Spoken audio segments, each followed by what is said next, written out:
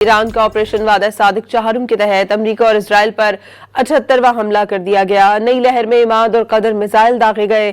اسرائیلی دارالحکومت تل ابیب، حائفہ، ایلات اور اشکلون میں ایرانی میزائل ایک بار پھر اسرائیل کے دفاعی نظام کو کئی مقامات پر جا لگے۔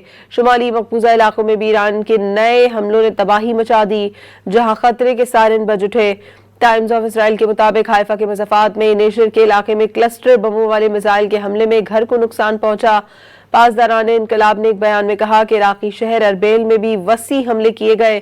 متحدہ عرب امارات کی الزفرہ ایئر بیس اور سعودی عرب میں امریکی فوج کے زیر انتظام پرنس سلطان اڈے کو بھی نشانہ بنایا گیا۔ دوسری جانب سعودی عرب سمیت کویت اور بحرین میں ایک بار پھر ڈرون حملے کیے گئے۔